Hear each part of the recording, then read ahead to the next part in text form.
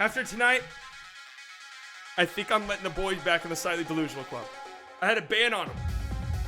They were immediately kicked out if they stepped foot until they figured some stuff out. But after tonight, I might have a table reserved for them in the back. Cheers.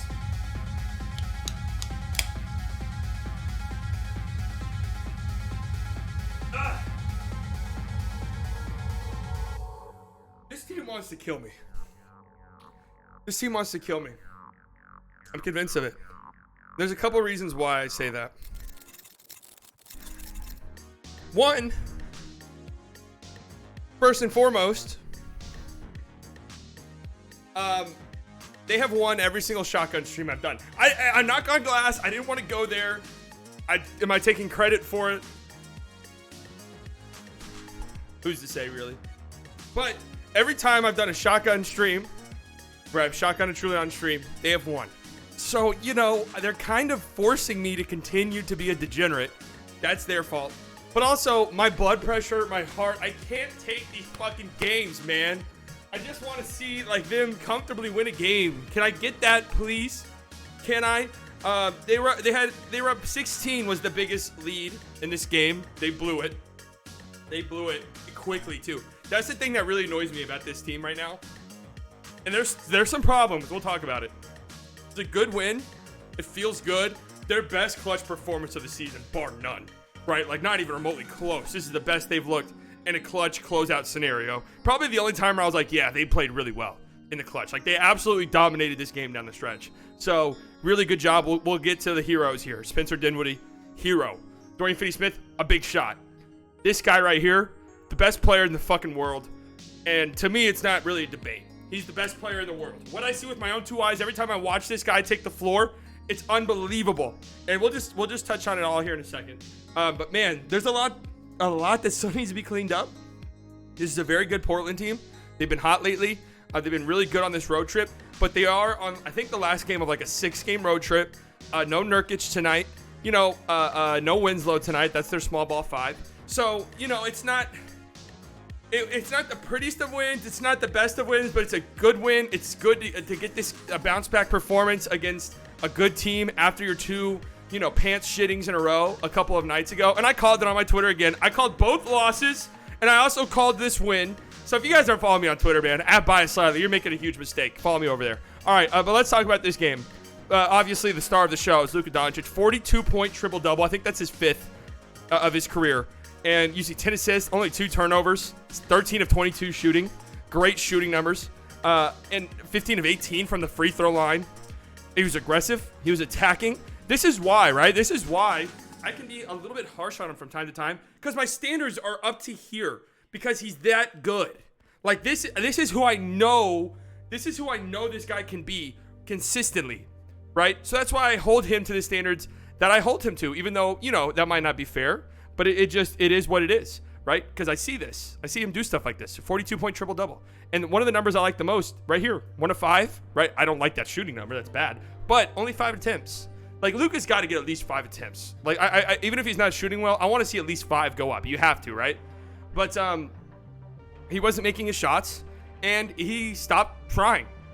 He stopped trying and was just punishing mismatches. I don't know what the strat was here by Chauncey Billups. I don't know if he was like challenging Luka by putting Dame on Luka, which was kind of a regular occurrence in this game. And as you can imagine, Luka just absolutely throttled it and just punished him.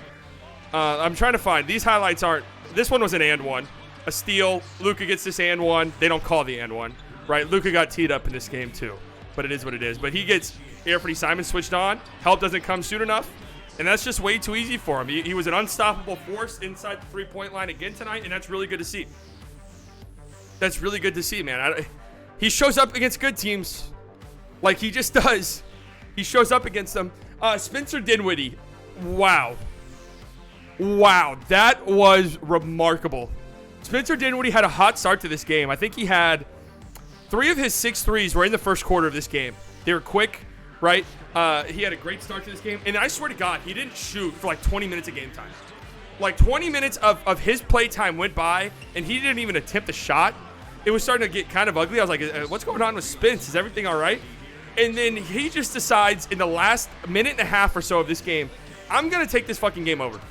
Right, here's a big three right here. Just quick trigger, catch and shoot, ties the game. Boom. Was this another one of his threes? Mavs up by 1. Ball moves. Good pass. Dinwiddie, I'm shooting. Boom. Is this another one of them? Oh, this was the Dorian 3. This was good to see. Dorian only made 1 3 tonight. This one right here. That's very similar to, what game was it? Was it the Nets game? Where Dorian only had 1 made 3 in the game, and it was at like a huge, crucial moment. I'm trying to find Spence's other 3, but I guess I didn't get it. Either way, man, he hit 3 gigantic threes down the stretch of this game. Just some hero shit. Some absolute hero shit for Spencer Dinwiddie. And he's been fantastic. You guys, he's been so good for the Mavericks this season.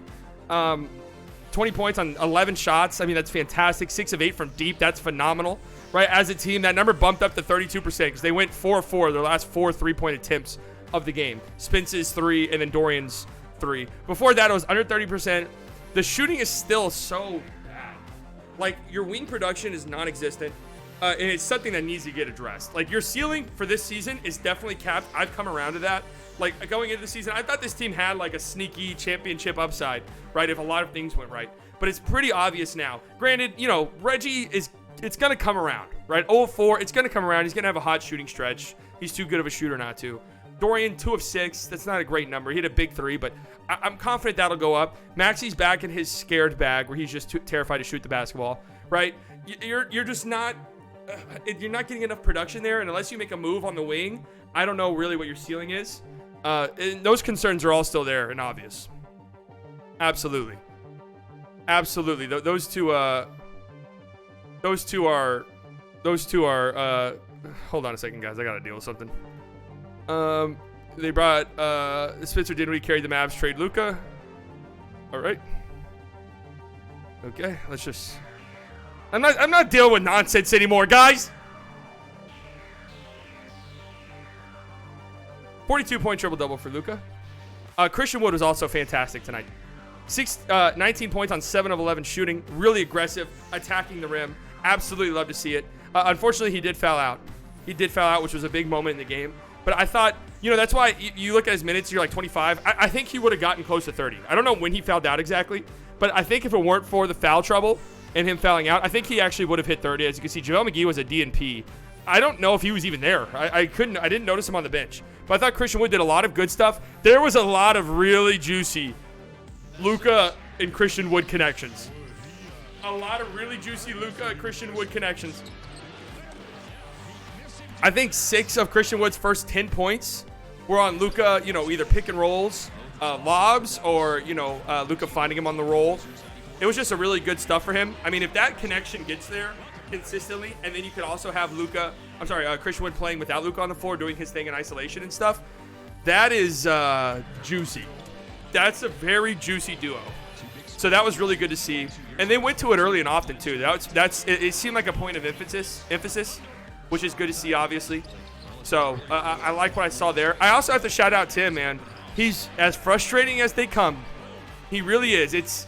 I feel like it used to be game by game with Tim, where it feels like, all right, Tim makes his first shot, he's hot tonight. Or Tim misses his first shot, all right, it's going to be bad. Now it's like throughout the ebbs and flows of the game, it's like up here, down here, up here, down here, up here, down here. But he made some huge plays for the Mavericks in this game, down the stretch. So I have to give him his props. I don't know if I had it clipped, because towards the end of this game, I was just not clipping stuff. I was terrified. But he had a huge and one in this game. Here's Luka. That's just so easy. I mean, get serious for a second, really. Anthony Simons and Dame, that's just disrespectful. Great extra pass there. Tim to Josh Green. By the way, with that made 3 right there, the Mavericks have still not lost a game when Josh Green makes a 3, by the way. It was a good pass right there. Tim to Maxey on the cut. That's really good. I guess I don't have this Tim Hardaway and one, but that really kind of sparked the comeback for the Mavericks, I would say. I think it was a 6-point game, and Tim got an and one. So Tim got an and one, and he also had a really, really nice box out on Drew Eubanks on a much-needed rebound. I know that's not really like a huge thing, but it was like a winning play. So shout out to Tim. A frustrating night. I mean, he was a plus 23, so that's huge. That's absolutely huge. But shout out to Tim Hardaway. We got to give him his flowers, right? All of these guys, if you want to shit relentlessly on these guys, you got to give them their flowers when they play well. All right. Reggie played some good defense tonight. He did have 4 fouls, but I thought Dorian did a great job on Dame. You held Dame to just 29 points on 6 makes. The free throw, the whistle tonight was disgusting, right? I think the Mavericks were up against it big time officiating wise. It was really bad. The Blazers spent over half of the first half in the bonus. 7 minutes left in the first, 6 minutes left in the second. The officiating was horrendous. I thought the Mavericks got a terrible whistle. They fought through it and still won. And you know, you look at the free throws, you're like, well, they shot 26 free throws. That's still kind of a lot. Luka got 18 free throws and Dame got 17. So, you know, what's the big deal? You had to watch the game, man. You just had to watch the game. Very different whistles. But the Mavericks pull it out anyways. Love to see it. Josh Green did Josh Green hustle things. Had some nice defensive moments as well. Maxey had some really nice defensive moments too. So it's not like everybody, like, it's not like the guys who shot terribly were just absolute no-shows. Like this right here, Maxey on an island against Dame. I mean, that's fantastic.